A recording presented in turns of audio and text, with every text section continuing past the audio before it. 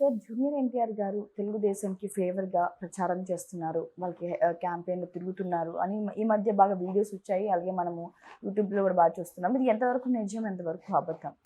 Junior NTR గురించి చాలా సార్లు మనం కూడా చెప్పుకున్నాము. ఆయన ముందు నుంచి కూడా దూరంగా ఉంటున్నాడు రాజకీయాలకి. బట్ ఆయన్ని దూరంగా ఉంచట్లేదు రాజకీయాలు. ఆయన ఉండాలనుకున్నా ఉండలేని పరిస్థితి ఆయన కల్పిస్తున్నారు గానీ, చాలా స్ట్రిక్ట్‌గానే తను ఉంటున్నాడు. ఎంత వ్యతిరేకత వచ్చినా నోరైతే మెదపట్లేదు. చాలా జాగ్రత్తగా ఉంటున్నాడు ఆ విషయంలో. నిజానికి అది చాలా మెచ్యూరిటీ ఉంటే గానీ సాధ్యం కాదు. మామూలుగా మనం చూస్తున్నాం అంతా ఇప్పుడు సోషల్ మీడియా యుగంలో నోటిదోల బ్యాచ్ బాగా పెరిగారు. ఎవడు కూడా ఉండలేని పరిస్థితి ఉంటది. ఏదో ఒక టెంప్టేషన్‌కి గురవుతాడు. యెస్. ఎక్కడో మాట్లాడి. కానీ జూనియర్ ఎన్టీఆర్ మాత్రం చాలా మెచ్యూరిటీ ఉందని చెప్పాలి. ఎంత టెంప్టేషను, ఎంత రెచ్చగొట్టినా, అతను ఎంత అవమానకరంగా అవును. మాట్లాడినా, ఎక్కడ నోరు విప్పకుండా తన పని తను చేసుకొని వెళ్తున్నాడు. తన సినిమాలు, తన కెరియరు ఇవి చేసుకొని వెళ్తున్నాడు. అయినా కూడా సోషల్ మీడియా కావచ్చు, రాజకీయాలు కావచ్చు అతన్ని వదిలిపెట్టట్లేదు. ఆ రకంగా ఆయన్ని ఫస్ట్ ఏమో చంద్రబాబు నాయుడు మళ్ళీ మెల్లగా లాగుదామని ట్రై చేశాడు. సో, సీనియర్ ఎన్టీఆర్, ఎన్టీ రామారావు సర్జైన్ సందర్భంగా ఇతన్ని ఫిక్స్ చేద్దామని చంద్రబాబు ట్రై చేశాడు. అంటే ఈయనకి ఇష్టం కాబట్టి తాత అంటే, తాత సర్జయంతికి రాకుండా ఉండలేడు.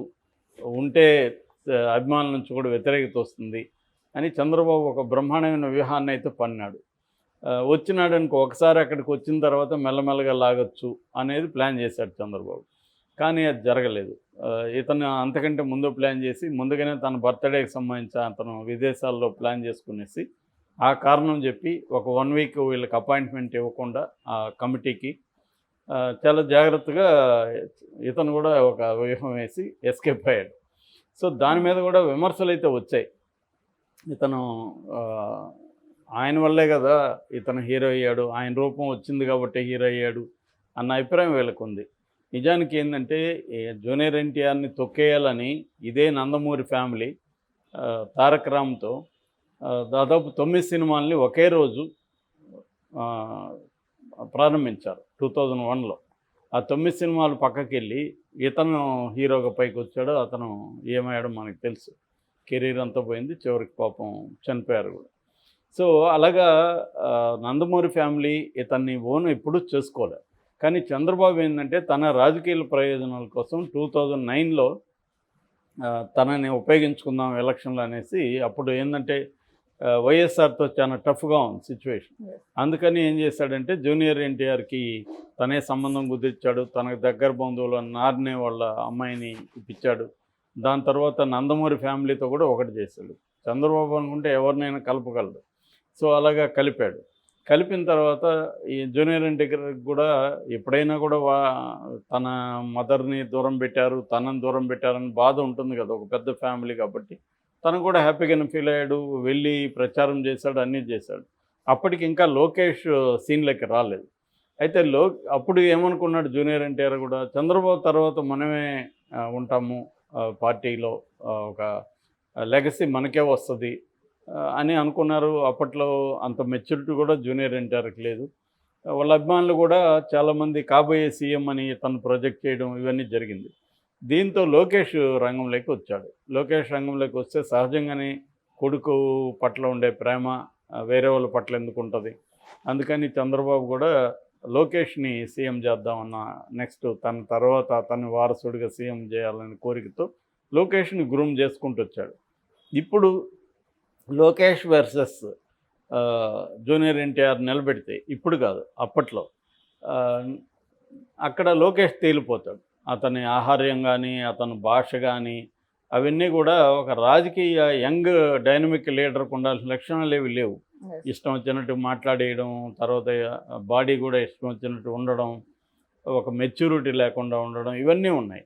ఇప్పుడంటే అవన్నీ మారాయి. తన బాడీ మారింది, లాంగ్వేజ్ మారింది. ముఖ్యంగా పాదయాత్ర తర్వాత తన ఇమేజ్ కూడా మారింది. అంతకుముందు పప్పని అతన్ని ఎగతాళి చేయడం అవన్నీ కూడా ఇప్పుడు తగ్గింది. సో ఒక సీరియస్ యంగ్ పొలిటికల్ లీడర్‌గా అతను ట్రాన్స్‌ఫార్మ్ అయ్యాడు ఇప్పుడు. కానీ అప్పట్లో అది లేదు. అందుకని చంద్రబాబు కూడా థ్రెట్‌గా ఫీల్ అయ్యాడు. జూనియర్ ఎన్టీఆర్ ఉంటే మన లోకేష్ తేలిపోతాడు. సో మొత్తం జూనియర్ ఎన్టీఆర్కి కేడర్ కానీ నాయకత్వం కానీ మొగ్గు చూపుతుంది, దానివల్ల ఇబ్బంది అవుతుంది అనేది మెల్లగా పక్కన పెట్టడం మొదలుపెట్టాడు. సో చంద్రబాబుని తప్పు పట్టాల్సిన అవసరం లేదు. అతను టిపికల్గా ఒక రాజకీయ నాయకుడు, అతని పాయింట్ ఆఫ్ వ్యూలో చూసుకున్నప్పుడు అతను చేసింది కరెక్టే. అయితే జూనియర్ ఎన్టీఆర్కి ఇది బాగా దెబ్బ తగిలింది. దాంతో జూనియర్ ఎన్టీఆర్ ఏంటంటే ఇక మనం కెరీర్ మీద దృష్టి పెడదామని డిసైడ్ అయ్యాడు. దీనివల్ల ఏమైందంటే కెరీర్ కూడా ఇబ్బంది అయింది. తెలుగుదేశంలో ముఖ్యంగా కమ్మ సెక్షన్ చాలా ప్రిడామినెంట్గా ఓపెనింగ్స్ని డిసైడ్ చేస్తుంది చాలా చోట్ల, విజయవాడ లాంటి చోట్ల. ఎందుకంటే థియేటర్లు అంతా వాళ్ళే లీజుకి తీసుకునేస్తారు, వాళ్ళ కంట్రోల్లో ఉంటాయి. వాళ్ళే ఓపెనింగ్ ఉండాలా లేదా అనేది వాళ్ళు డిసైడ్ చేస్తుంటారు హీరోలకి. అలాగా ఇబ్బంది పెట్టారు చాలా సినిమాలకు కూడా. ఆయన ఇతను నిలదొక్కున్నాడు, ఎందుకంటే one of the wonderful actors junior NTR, కాబట్టి అతన్ని ఎవరు కూడా తొక్కలేకపోయారు. సో అప్పటి నుంచి కూడా చంద్రబాబు నైజం ఇవన్నీ తెలుసుకున్నాడు, అర్థం చేసుకున్నాడు, రాజకీయాలు ఎలా ఉంటాయని అర్థం చేసుకున్నాడు. ఇప్పుడు రైట్ టైం కాదు మనకి రాజకీయాల్లోకి వెళ్ళడం అని చెప్పి కెరియర్ మీద అతను ఫోకస్ చేసుకుంటూ వస్తున్నాడు. అయితే చంద్రబాబు ఎప్పటికప్పుడు అతను ట్రై చేస్తున్నాడు, ఎందుకంటే చంద్రబాబుకి నందమూరి ఫ్యామిలీ అవసరం ఉంది. దానికోసమే మన బాలకృష్ణతో వియ్యం పొందాడు, బ్రాహ్మణిని పెళ్లి చేయించాడు. ఇవన్నీ కూడా చంద్రబాబు స్ట్రాటజిక్గానే చేశాడు. ఎందుకంటే అతను కూడా పెద్ద ఎన్టీఆర్తో కూడా ఇదే స్ట్రాటజీ ప్లే చేసి భువనేశ్వరం పెళ్లి చేసుకున్నాడు. చంద్రబాబు ఏంటంటే యూనివర్సిటీ డేస్ నుంచి కూడా స్ట్రాటజీలు వేయడంలో ఒక లాంగ్ టర్మ్ ప్లాన్ చేసి, ఆయన విజనరీ అంటారు కదా, ఖచ్చితంగా ఆయన కెరీర్కి సంబంధించి మాత్రం అతను గొప్ప విజనరీ, మిగతా విషయాలు పక్కన పెడితే.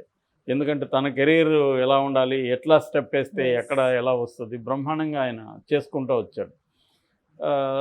ఈ క్రమంలో చంద్రబాబు ఏం చేశాడంటే ఇక్కడ సుహాసిని నిలబెట్టాడు, హరికృష్ణ కూతురు. ఎందుకంటే హరికృష్ణ ఇంకొక కొడుకైన మన కళ్యాణ్ రాము జూనియర్ ఎన్టీఆర్ చాలా క్లోజ్ ఫ్రెండ్స్. అంటే అన్నదమ్ములలాగా కాకుండా ఫ్రెండ్స్ లాగా ఉంటారు వాళ్ళు, చాలా తెగ్గగా ఉంటారు.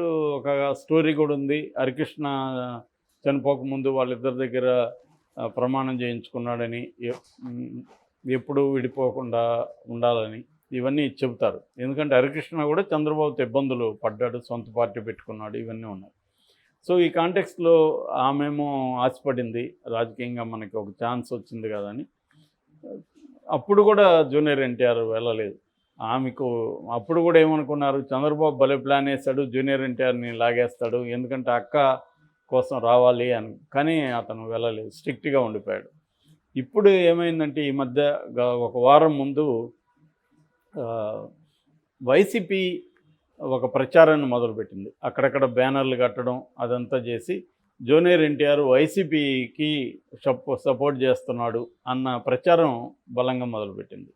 ఈ ప్రచారాన్ని అడ్డుకోవడం కోసం తెలుగుదేశం సంబంధించి నిన్న ఒక ట్వీట్ బయటకు వచ్చింది. ఆ ట్వీట్ ఏంటంటే, జూనియర్ ఎన్టీఆర్ ముంబైలో వస్తుంటే వాక్ చేస్తున్నప్పుడు అతను బ్లూ డెనిమ్ ప్యాంట్ వేసుకున్నాడు, పైన shirt, black cap, black glasses ఇవి ఉన్నాయి.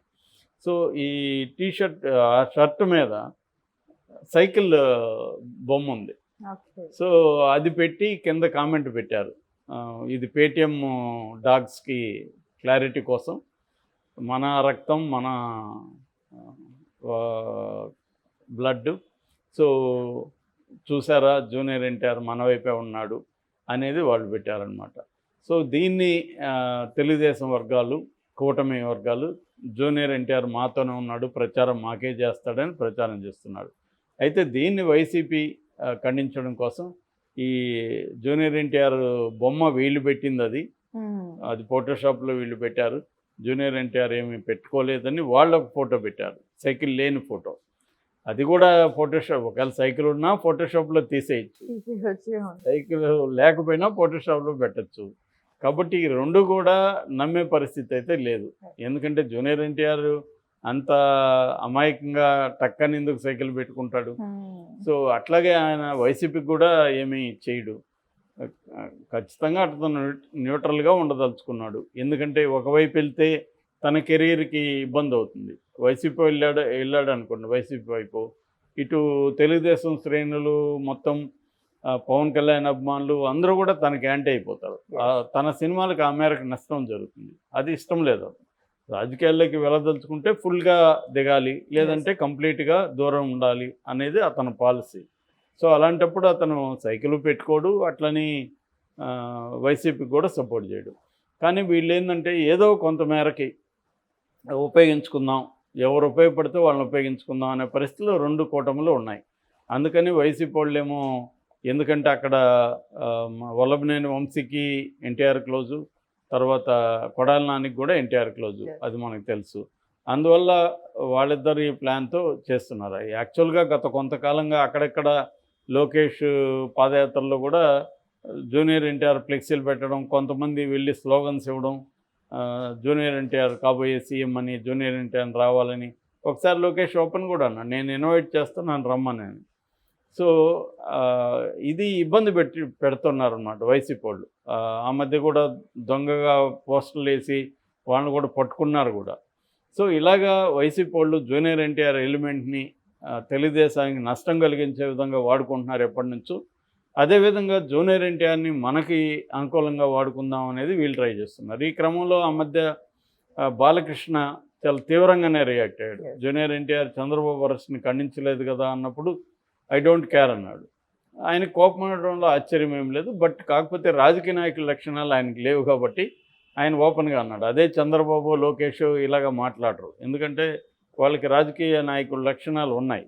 సో ఆ మేరకి నష్టము జరుగుతుందన్న భయం అయితే తెలుగుదేశం క్యాంపులో ఉంది. ఇప్పుడు ఎన్నికలు ఇంకా 18 రోజులు ఉన్న సమయంలో జూనియర్ ఎన్టీఆర్ని ఎవరు ఉపయోగించుకుంటారు ఎఫిషియెంట్గా అనేది మనం చూడాలి. Thank you.